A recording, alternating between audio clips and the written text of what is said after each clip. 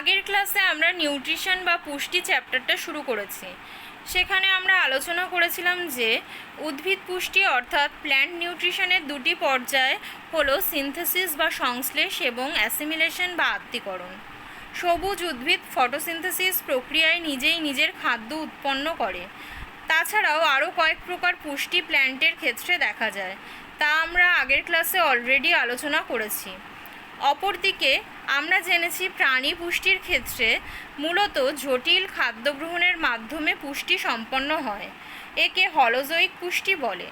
হলোজোয়িক nutrition can be defined as a method of nutrition which ingestion of some complex organic substances that may be in the solid or in the liquid state. হলোজোয়িক পুষ্টির ধাপগুলি হলো injection বা খাদ্য গ্রহণ অর্থাৎ taking of food into the body through mouth, মুখবিবরের মাধ্যমে খাদ্য গ্রহণ করা, ডাইজেশন বা পরিপাক, the breakdown of large insoluble food molecules into small water soluble molecules using mechanical and chemical process, অর্থাৎ পরিপাকের মাধ্যমে জটিল খাদ্য সরল খাদ্যে পরিণত হয়। অ্যাবজর্পশন বা শোষণ, এই প্রক্রিয়ায় ডাইজেস্টেড ফুড মলিকিউলস ইন্টেস্টাইনের প্রাচীর অতিক্রম করে ব্লাড স্ট্রিম বা লিম্ফের মাধ্যমে ট্রান্সপোর্টেড হয় around the body. Next, assimilation বা আত্তীকরণ, শোষিত সরল খাদ্যের প্রোটোপ্লাজমের অংশীভূত হওয়া অর্থাৎ uptake and use of food molecules by sales.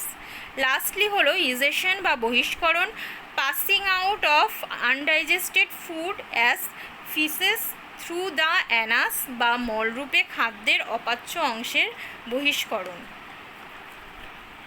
এই পুরো প্রক্রিয়াটি অর্থাৎ ইনজেকশন, ডাইজেশন, অ্যাবজর্পশন, অ্যাসিমিলেশন এবং ইজেশন সংগঠিত করার জন্যে দেহের বিভিন্ন আন্তর্জন্ত্রীয় অঙ্গসমূহ একত্রিত হয়ে পৌষ্টিকতন্ত্র বা এলিমেন্টারি সিস্টেম বা পরিপাকতন্ত্র অর্থাৎ ডাইজেস্টিভ সিস্টেম গড়ে তোলে। এখানে ছবিতে তোমরা হিউম্যান ডাইজেস্টিভ সিস্টেম বা এলিমেন্টারি সিস্টেম ও তার অন্তর্গত বিভিন্ন তন্ত্রগুলি দেখতে পাচ্ছ। এখানে ছবিতে দেখো, মুখছিদ্র বা মাউথ থেকে পায়ু বা অ্যানাস পর্যন্ত বিস্তৃত নালী বিশেষ হলো এলিমেন্টারি ক্যানেল বা পৌষ্টিক নালী। আর তাছাড়াও স্টার মার্কড কিছু অ্যাক্সেসরি অর্গ্যান বা আনুষঙ্গিক অঙ্গের অবস্থান তোমরা দেখতে পাচ্ছ। এখন দেখো, ছকের সাহায্যে পৌষ্টিকতন্ত্রের বিভিন্ন পার্টগুলিকে দেখানো হয়েছে। মন দিয়ে ছকটি লক্ষ্য করো। দেখো, প্রথমে এলিমেন্টারি সিস্টেমকে দুটি ভাগে ভাগ করা হয়েছে, এলিমেন্টারি ক্যানেল বা পৌষ্টিক নালী ও অ্যাক্সেসরি অর্গ্যান বা আনুষঙ্গিক অঙ্গসমূহ।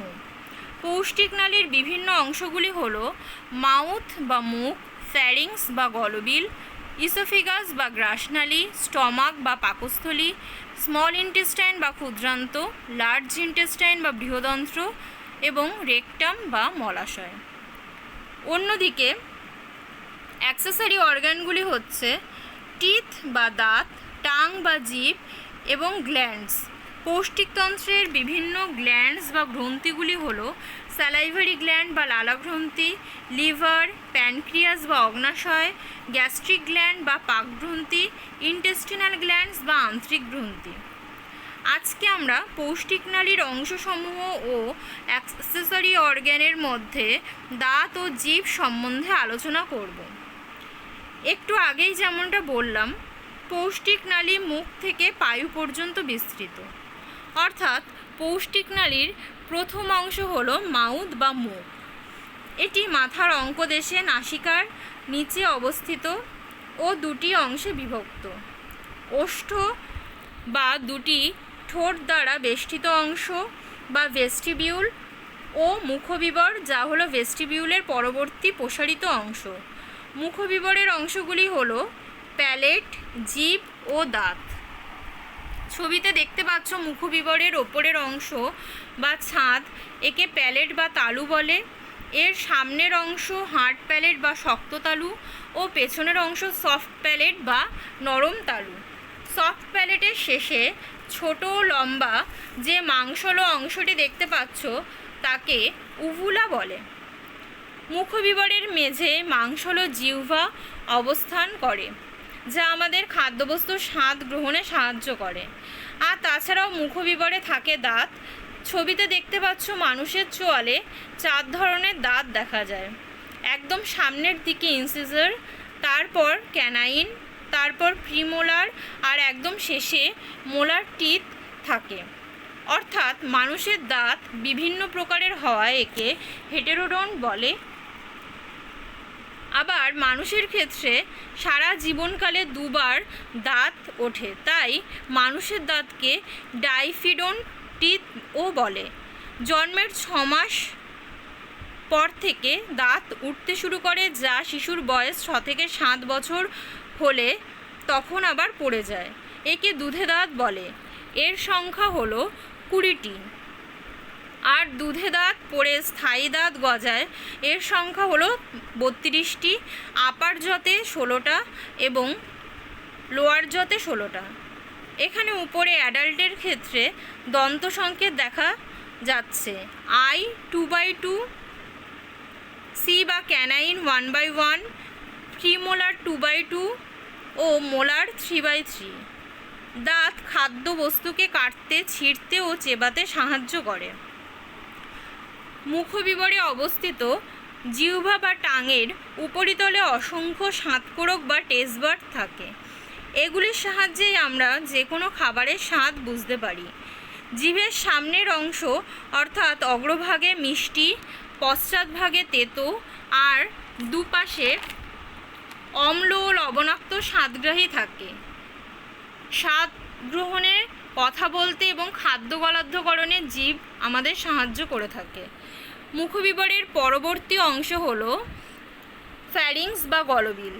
এটি 5 থেকে 6 ইঞ্চি দৈর্ঘ্য সম্পন্ন অংশ, যা মূলত 3টি অংশে বিভক্ত, যথা ন্যাসোফ্যারিংস বা নাসা গলবিল, অরোফ্যারিংস বা মুখগলবিল এবং ল্যারিঙ্গোফ্যারিংস বা স্বরগলবিল।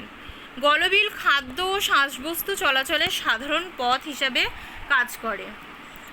ফ্যারিংসের পরবর্তী অংশ হলো ইসোফেগাস বা গ্রাসনালী। এটি ফ্যারিংস ও স্টমাকের বা পাকস্থলীর মধ্যবর্তী 10 থেকে 12 ইঞ্চি দৈর্ঘ্য বিশিষ্ট নালী বিশেষ। গ্রাসনালীর ক্রমসংকোচনের ফলে খাদ্য বা ফুড বোলাস মুখ থেকে পাকস্থলীতে প্রবেশ করে। এটা তোমরা ছবিতে দেখতে পাচ্ছ। এসোফেগাসের পরবর্তী যে আকৃতি বিশিষ্ট থলির মতো দেখতে পৌষ্টিক নালীর অংশটি হচ্ছে স্টমাক বা পাকস্থলী। এর বাইরের দিকের খাঁজকে গ্রেটার কার্ভেচার ও ভেতরের দিকের ছোট খাঁজকে লেসার কার্ভেচার বলে। পাকস্থলী 4টি অংশ বিশিষ্ট। এগুলি হলো কার্ডিয়াক বা হার্ট পাকস্থলী, যা গ্রাসনালী সংলগ্ন পাকস্থলীর অংশবিশেষ, ফান্ডাস বা উপরের অংশ, বডি বা দেহ অর্থাৎ মধ্যাংশ ও পাইলোরাস বা প্রাণালিকা পাকস্থলী, নিচের ডিওডিনাম সংলগ্ন অংশ। গ্রাসনালী ও পাকস্থলীর সংযোগস্থলে লোয়ার ইসোফেগাল স্ফিংটার বা কার্ডিয়াক স্ফিংটার ও পাকস্থলী এবং ডিওডিনামের সংযোগস্থলে পাইলোরিক স্ফিংটার অবস্থিত। তাছাড়াও পাকস্থলীর ভিতরে অনেক শ্লৈষিক ভাঁজ বা রুগী থাকে। পাকস্থলীর কাজগুলি হলো যান্ত্রিক কাজ, অর্থাৎ খাদ্যবস্তুকে গ্রহণ করে সাময়িকভাবে জমা রাখা ও পাকস্থলীর বিচলনের ফলে খাদ্যবস্তুর সাথে পাচক রসের মিশ্রণ ঘটে থাকে। ক্ষরণ কাজ পাকস্থলীর অভ্যন্তরভাগে অবস্থিত গ্রন্থিকোষ থেকে পাচক রস নির্গত হয়। পরিপাক পাকস্থলী নিঃসৃত পাচক রসে উপস্থিত বিভিন্ন উৎসেচক খাদ্যবস্তুর পরিপাক ঘটায়। শোষণ বিভিন্ন পদার্থ যেমন গ্লুকোজ, লবণ, জল, অ্যালকোহল ও কিছু ওষুধ পাকস্থলীতে সামান্য পরিমাণে শোষিত হয়। আর রেচন কার্য মরফিন ও বিভিন্ন বিষাক্ত পদার্থ স্টমাক বা পাকস্থলী থেকে নির্গত হয়। স্টমাকের পরবর্তী অংশ হলো স্মল ইন্টেস্টাইন বা ক্ষুদ্রান্ত। এটি ইংরেজি সি অক্ষরের মতো অবস্থায় স্টমাকের নিচে সরু নলাকার অংশ। এবং ইহা ডিওডিনাম বা গ্রহণী, জেজুনাম বা মধ্য ক্ষুদ্রান্ত ও ইলিয়াম বা নিম্ন ক্ষুদ্রান্ত নিয়ে গঠিত।